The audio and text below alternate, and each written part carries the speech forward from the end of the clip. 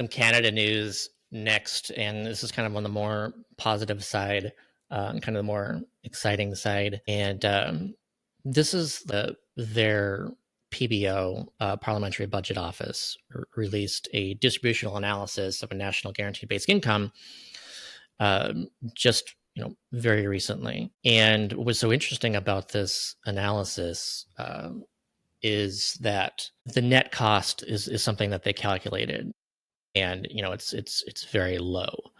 Um, so just to get into a bit of what that concluded is you could reduce poverty overall almost in half, and the net cost of that would be about $3.6 billion.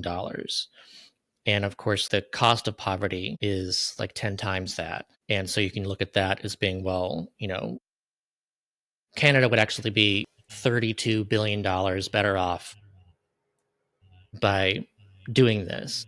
Like, they would actually save that much money because of like how affordable like it would be to do this. So like the design that they're talking about is, it's always a phase out. Canada is never going to do like a fully universal amount.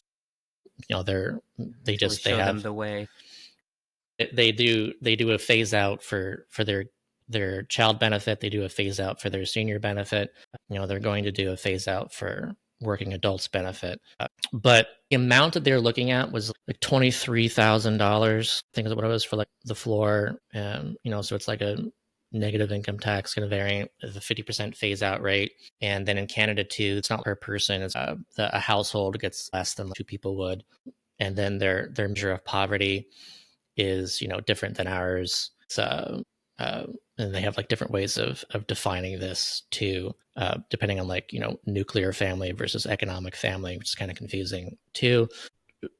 Long story short, this is like a serious proposal for, here it is, 21,903 for a single person, 30,975 for a couple, phase out rate of 50 cents, additional amount of 7,355 per year for those with disabilities. And you would dramatically reduce poverty for a very cheap price of $3.6 billion.